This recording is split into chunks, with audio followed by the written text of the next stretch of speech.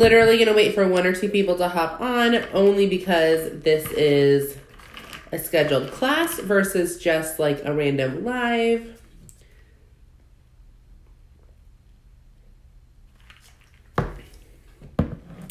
See, someone's giving me hearts, and Facebook hasn't even told me anyone's on here yet. So I am not a fan of how behind they are with like showing people, but that's okay.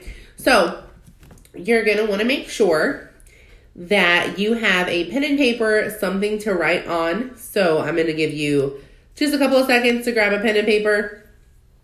Hey, Janice.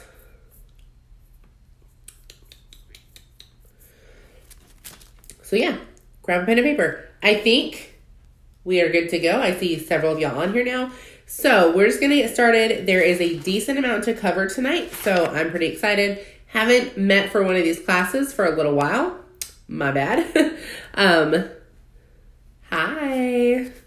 Okay, so first thing that we're going to talk about are the relationships that we have in our own lives right now.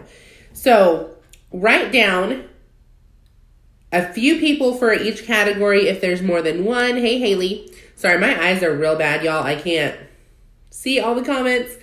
And we played in the snow for probably an hour today, so I am looking a hot mess right now. But I didn't want to cancel on this, so I'm just going as is. So you're going to want to write down your spouse, which should only be one person, hopefully. Any of your kids that still live at home. If you're older, you're going to write down your kids that don't live at home. Hey, Tracy. You're going to write down 2 or 3 coworkers that you want to build relationships with, or that you're friends with, or like people that you again kind of care to build that personal relationship. You're not going to write down all your coworkers. Like, you would be spending forever trying to build relationships with all these people. 2 or 3 people that you go to church with. And again, you can't write down everybody, but pick 2 or 3 that you really want to cultivate like a deeper relationship with. And then 2 or 3 friends. Now for me, coworkers and church members kind of cover it because my kid's homeschooled, so I don't have like parents of her friends or anything like that. But if you have like extracurricular sports activities, or you just have friends outside of work and church, then that's the category that they would go in. So literally that's your homework for today. It's super simple, but you're going to put some of this stuff into practice with some of these people. So you want to write down for each of those categories. Hey, Jocelyn. Hey, Sheila. Hey, Savannah. Hey, Tracy. I see a lot of y'all on here that I know. So drop me a 1 in the comments if you have ever said something that immediately after saying it, you're like, that could have offended somebody. I can drop lots and lots of 1s in the comments. I have those people that I know, everything that comes out of my mouth, I've got to like tiptoe around because they get offended about everything. And then I have those people that I know that I'm very lucky to know that if I say something stupid or I just don't think before I speak, they're going to understand and they're not going to take it personal. Hey, Trish. So that's kind of what we're talking about tonight, is just the relationship bank. So we talked about your personal bank account, like, I don't even know, 2 months ago or something.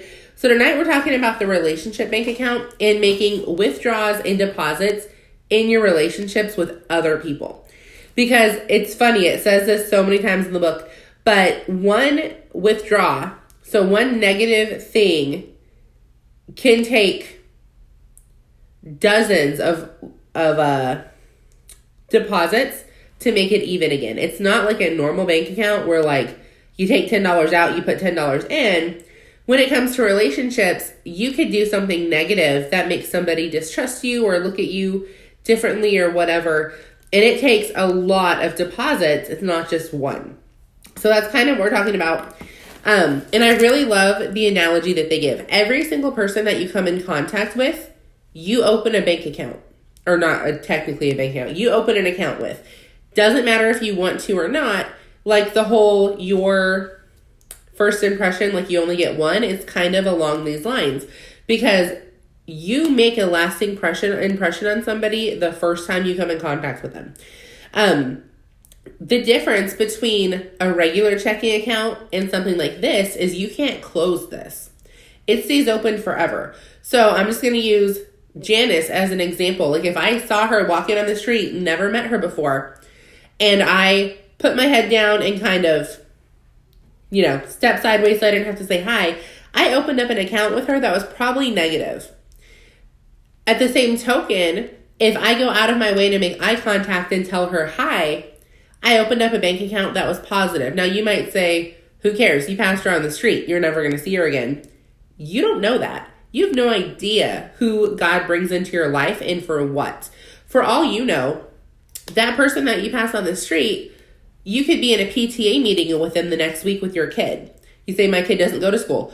Okay, your kid could join a sports team. That person could walk through the door of your church. You have no idea. So yes, just walking past someone on the street really doesn't matter what impression you leave if you don't ever see them again. But if I walk by that person and I purposely put my eyes down so I don't have to say hi to them and kind of like avoid them, and then they walk through my church the next morning and I'm their kid's teacher, probably not going to have like a great first impression of, yeah, I definitely want to leave my kid with this person. Whereas the opposite, I went out of my way to say hi and make eye contact and at least smile. They drop their kid off at church with me the next day and they at least have that feeling of like, oh, this is probably a good person. So again, you don't ever know who you're going to meet next. So I would just challenge you, every person you come in contact with, remember you're opening an account with them. What do you want that account to say about you? And then the third thing is, like I said, one negative withdrawal could take you a week of deposits to make up.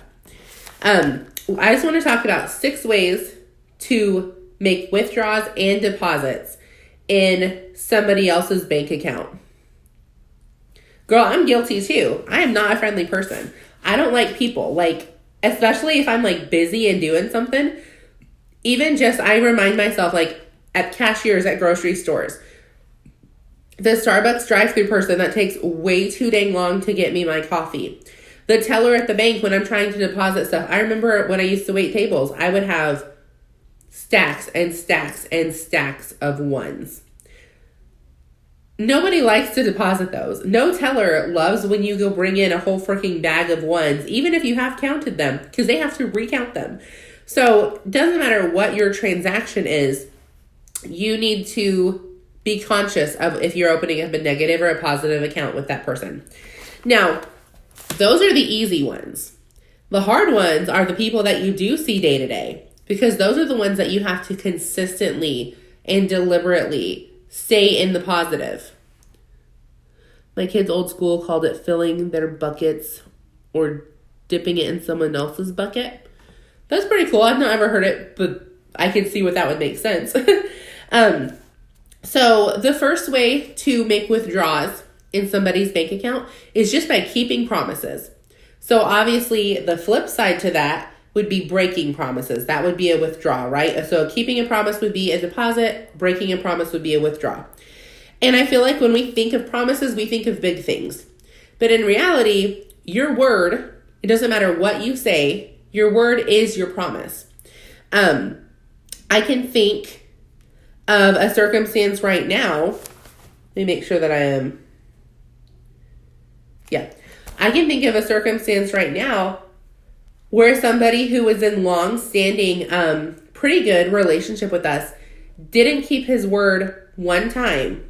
And my husband and I still look at him as not a trustworthy person.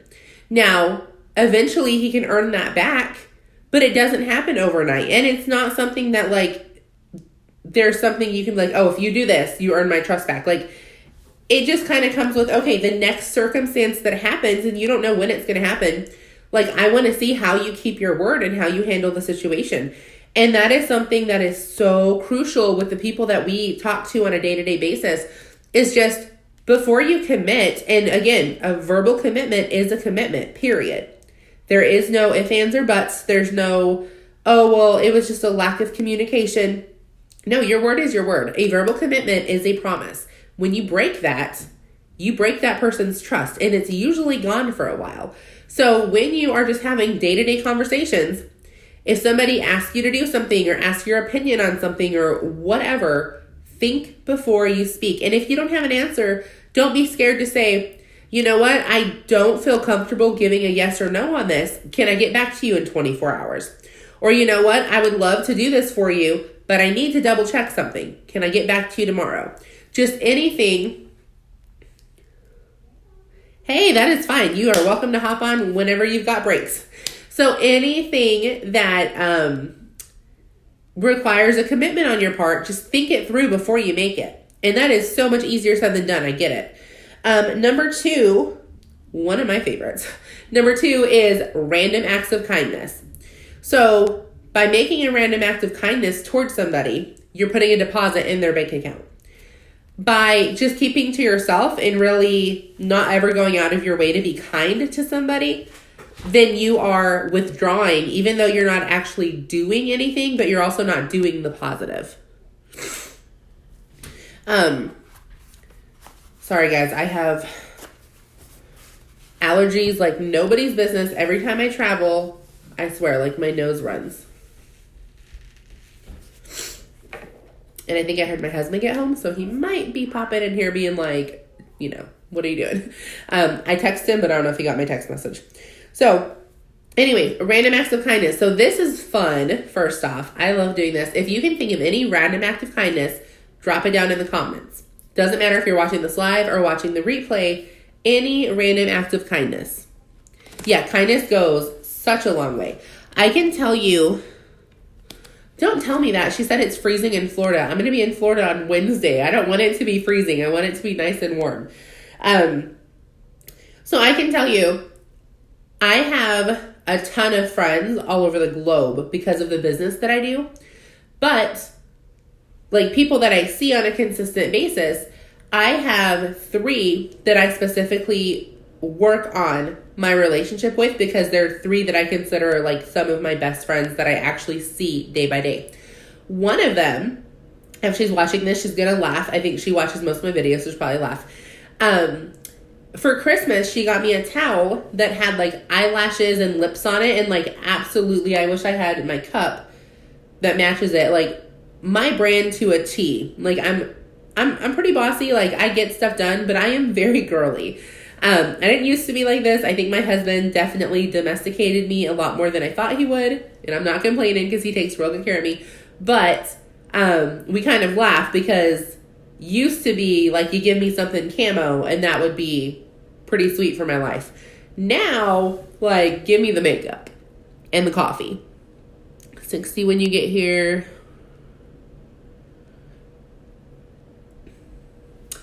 She said bring a coworker breakfast. I don't have that on my list, probably because I don't work. I do work, but I don't work a traditional job. That's a really good one. I would have loved to get breakfast when I was working in corporate. So some of the ones that I have. Oh, anyways. Oh my gosh, squirrel, guys. If you go on rabbit trails, drop me a 2 down in the comments. I know I'm not the only one that like randomly goes off. So anyways, she bought me this towel. I loved it. My daughter, she didn't know this, but my daughter actually picked out a cup for me at the store for Christmas. My husband obviously was with her. She's 5. That matches. And they didn't know that they bought the same gifts. Like they didn't know they were buying things that coordinated. So I raved and told her how awesome I thought it was. And I want to do my office kind of in that theme.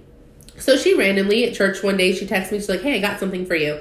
And she brought in, and of course I don't have it by me. She brought in a bag and I pulled it out, a really cool plaque that said, but first coffee, and had the eyelashes and the lips. And that was like a huge deposit because she didn't have to do that. Like it wasn't from the dollar store. It had the price tag on the back. It was $13. That's a decent amount of money just to give somebody just because. But yeah. So that was a huge deposit in my bank account because she didn't have to do that. So a couple different things that I just wrote down is one that's free is randomly text somebody and obviously mean it. Like don't text them if you didn't actually do this. Text them like, hey, I prayed for you this morning. That's huge. To just know that somebody took 5 minutes out of their day to pray for one of my problems, like that's huge. Another one is... Oh, I wrote down the people that are closest to us are the ones that we take for granted. Like, I think of things to do for my friends and people in the community because I've been doing the random acts of kindness for about a year now. Like, that's something that my coach taught me. I have a network marketing coach, And he talks a lot about random acts of kindness and Wealth Wednesday and that kind of stuff. So it's something I've implemented. But someone I don't think about a lot would be my daughter and my husband. Now, I think about them all the time, but when I'm thinking about like random acts of kindness to do, I take that for granted because they live with me. I don't know why that is, but we do. Like, we take the people that are the closest to us for granted. So, first thing I would tell you is if you're married or have a live-in boyfriend, girlfriend, find out their love language. There's a book called The 5 Love Languages.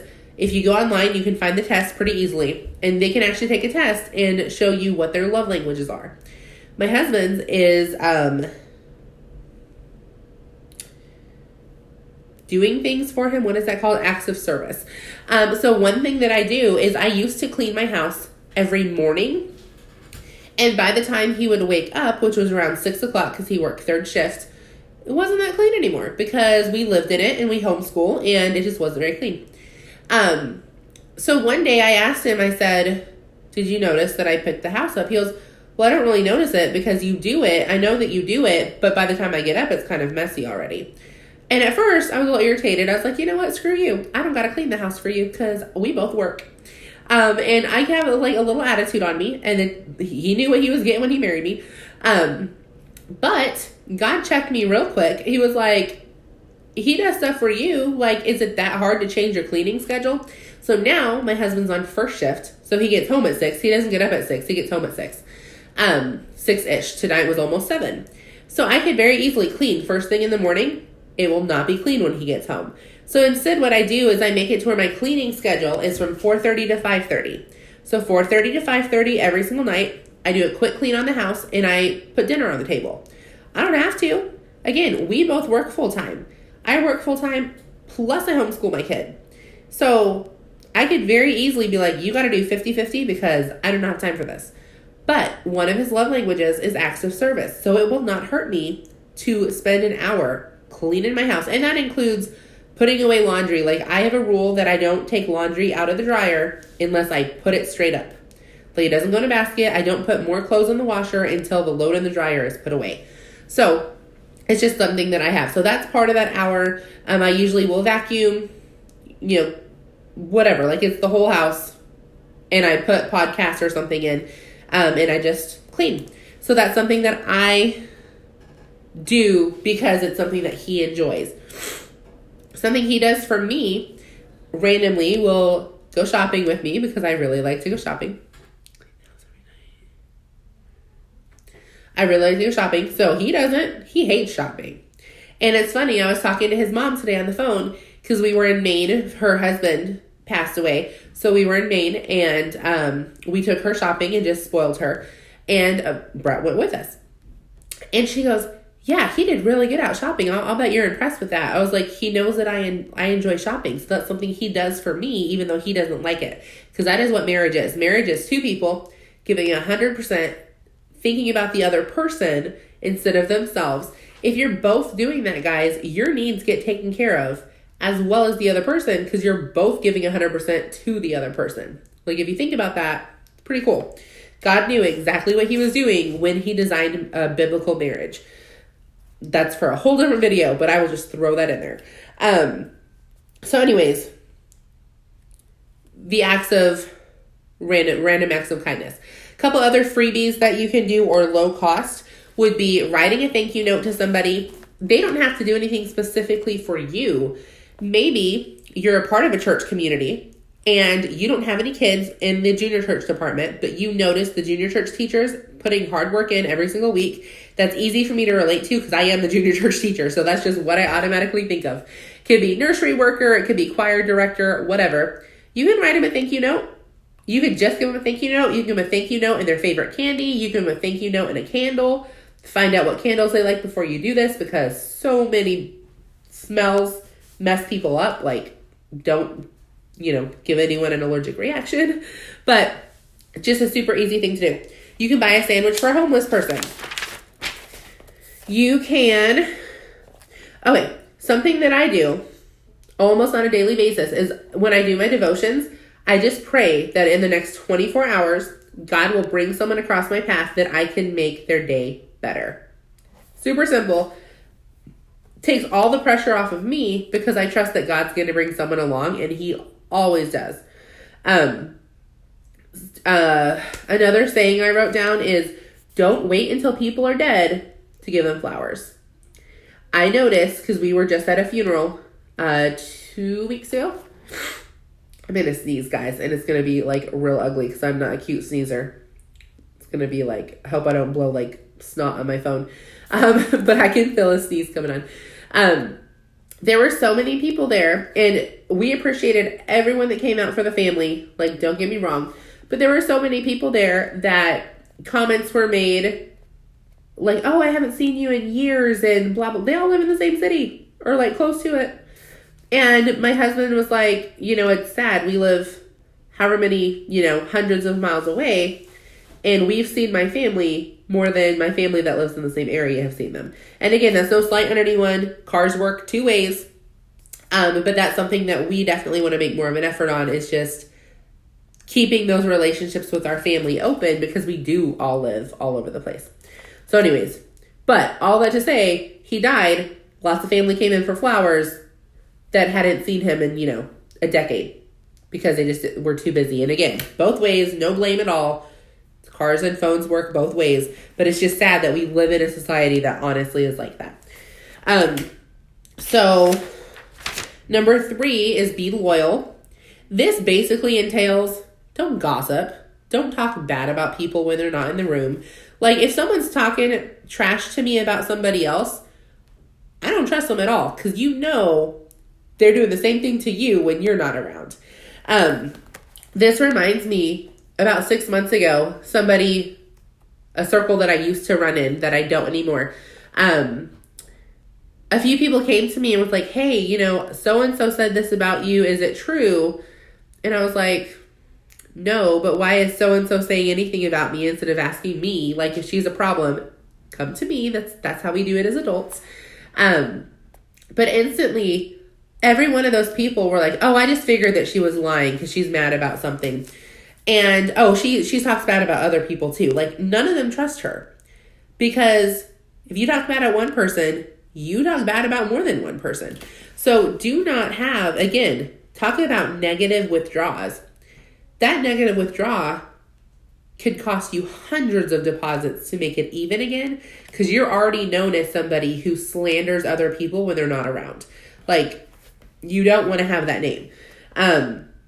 So just be loyal to the person, or be loyal to everybody. Like, just have a rule that you're not going to talk bad about somebody who's not in the room to defend themselves. Now, you shouldn't talk bad about people at all, but sometimes it is necessary to have a one-on-one, like, this is what I don't like about you. Like, how can we fix our relationship?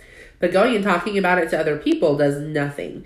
And I will tell you, and I'm living proof of this. The more confident you become, the more people like to talk bad about you. I remember when I got around a certain group of people, probably 4 years ago, I had very low self-confidence. I kind of went with the flow with whatever people said. Didn't really stick up for a lot of beliefs. Very low self-confidence. Like, didn't think I was pretty whatsoever. Didn't think that my voice was worth being heard. I had a lot of friends. A lot of so-called friends. I started getting out of my shell and really working on personal development and working on my self-confidence. And you know what? A target was like put on my back. Things were said about me, to me sometimes, but mostly about me. And I realized real quick, people who have insecurities don't like people who don't. Now, we all have some insecurities, but when you get to where you work on those insecurities to where you really don't, like, I can tell you on one hand the insecurities I have, and they're really not insecurities. Like, I don't have them consistently. And I used to have a ton.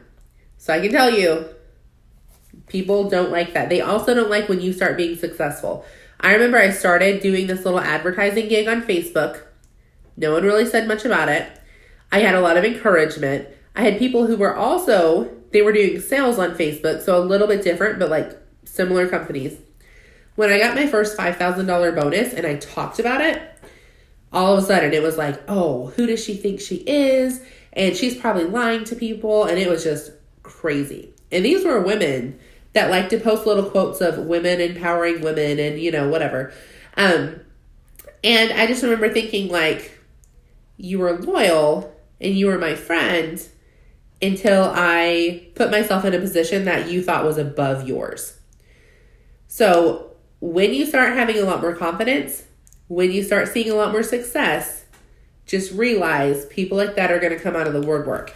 Now, what you want to watch out for is when you have a friend that does something like what we do on Facebook, or maybe they lose a lot of weight and gain a lot of confidence, you don't want to be that person that your insecurities start shining and you start not liking them because they're bettering themselves. When someone is bettering themselves, they're not doing it to tell you that your life isn't good. They're doing it because they want a better life. If you view it like, oh, they just think they're better than me, that's because you're insecure and you think that they're better than you. Nobody can make you feel inferior without your permission.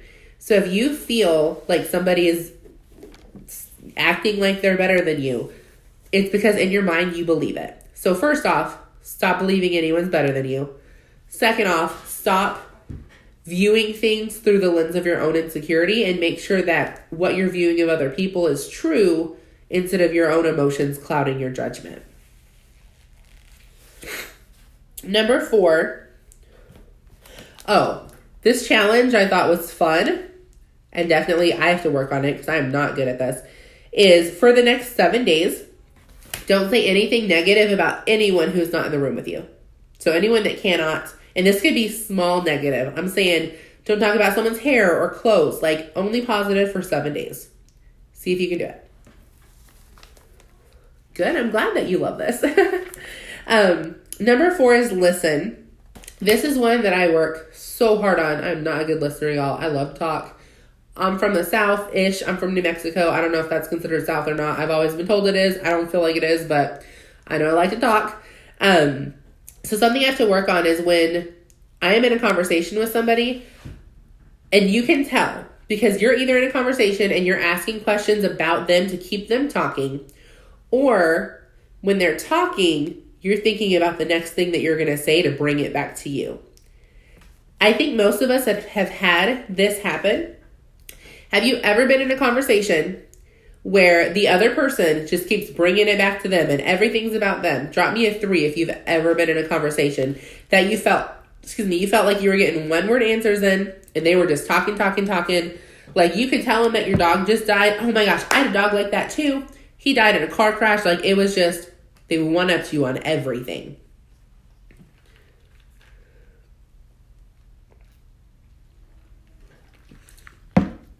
And then drop me a 4 if you've ever been that person. This is going to take a lot of guts. I will drop a 4 down there. I used to be really bad at this. Like in college, I was an awful listener. I remember my roommates would get so mad at me because my response to everything was, well, technically, and I would rattle off some useless information that no one cared about. Guys, I started college at 16. I was that obnoxiously book smart kid. I didn't have a lot of street smarts unless you put me in a fight. Then I had some street smarts, but like common sense pretty much had 0. But I could rattle off some random info that no one cared about. So I love to correct people, especially on their grammar. I am a grammar Nazi. I used to be that person on Facebook that was like, I'd see someone's post and I would go under, I think you meant your with an apostrophe. Like, I was not a good person. Yeah, used to be. I'm not saying now. I would say now, on a scale of 1 to 10, probably a 7 when it comes to listening. I strive to be a 10. I am not there yet. But used to be, I probably would have gave myself a 2, and that was like grading on a curve. So just listen. Be a good listener that actually puts deposits into people's bank account. Number 5, say you're sorry. This is easier said than done. People also notice it. We had a meeting with myself and Brett and 2 other people who had a disagreement with us, several actually, that kind of all came to light at once. And we all came to this meeting. There were 4 of us sitting there. And a lot of it turned into us apologizing to each other for different things that we had done. We had all said things that didn't have tact. We had all said some things that probably we meant to hurt, if we're being honest. We had all just done some things that were not Christ-like. So we were all apologizing, except one person. They were sitting there with their arms crossed, didn't apologize for anything. And when we walked out of that meeting, I remember, yeah, it sucks. I don't like apologizing. My husband was like, wow, so-and-so didn't apologize at all. Like, did you notice that? And I was like, I did. They had just a very, like, prideful look on their face. They did no wrong. It was everybody else's fault. And we were kind of like, okay, like, their heart is not right now. And all we can do is pray for them. And we have been. As a family, we've been praying for this person for a while. Nothing has really changed yet. However, we've changed. We've started looking at it like, that person has a lot of hurt going on. They're not happy with their life right now, or they wouldn't be acting the way that they do. Because when we sit back and we have pride and we won't apologize to people, that's a reflection of our heart. It's not a reflection of the other person. It's a reflection of us.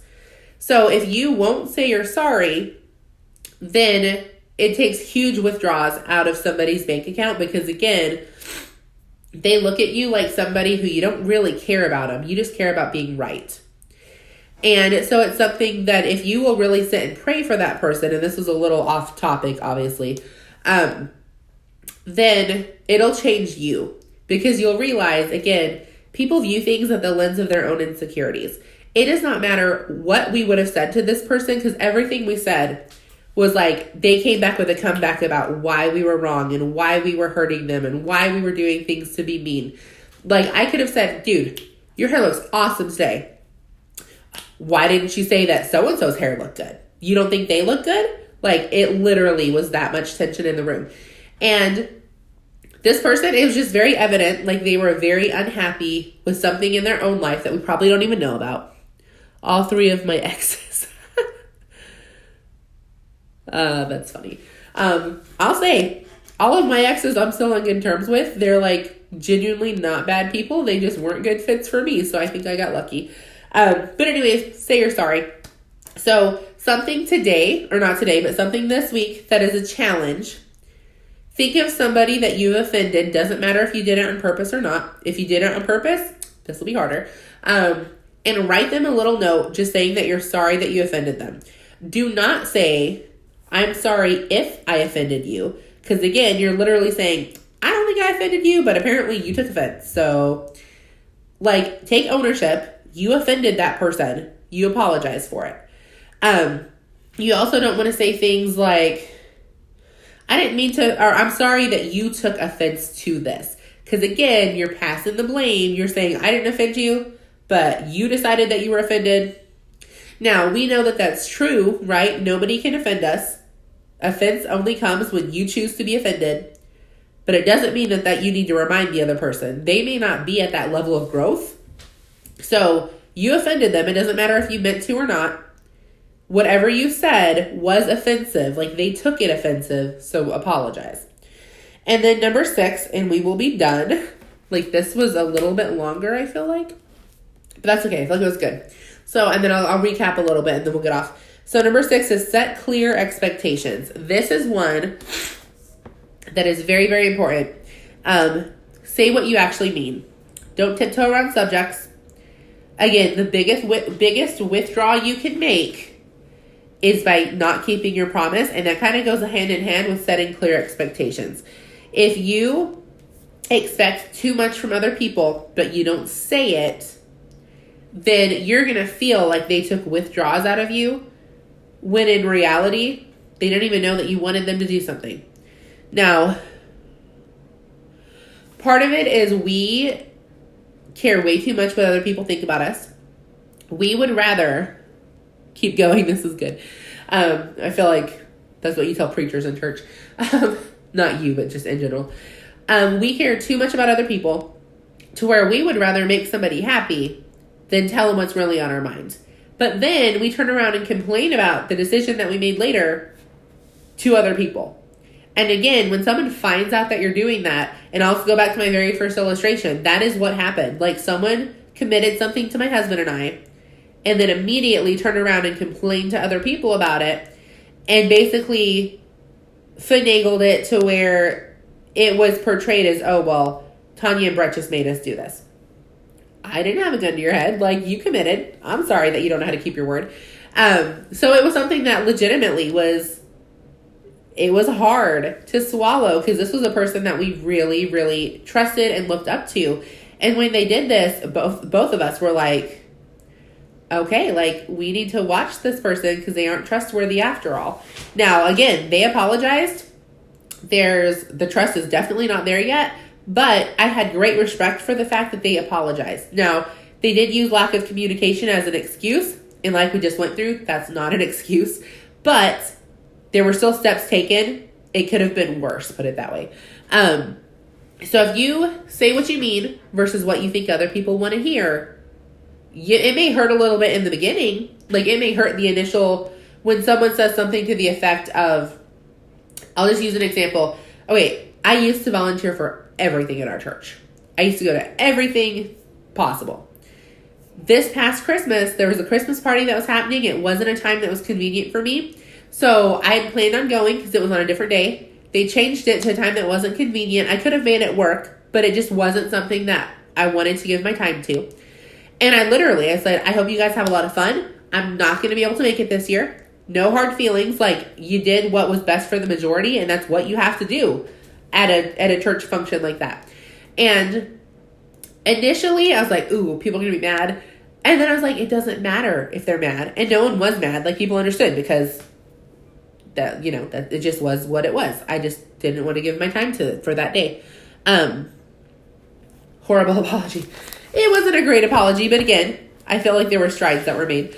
So anyways, it was a little bit uncomfortable when I was saying the words, but it was much less uncomfortable if I would have committed and then either gone and kind of like hated it the whole time, or decided to back out last minute and make up some lame excuse that I would have felt much worse about. And people see through that. Like, we always think our excuses of not following through are so good.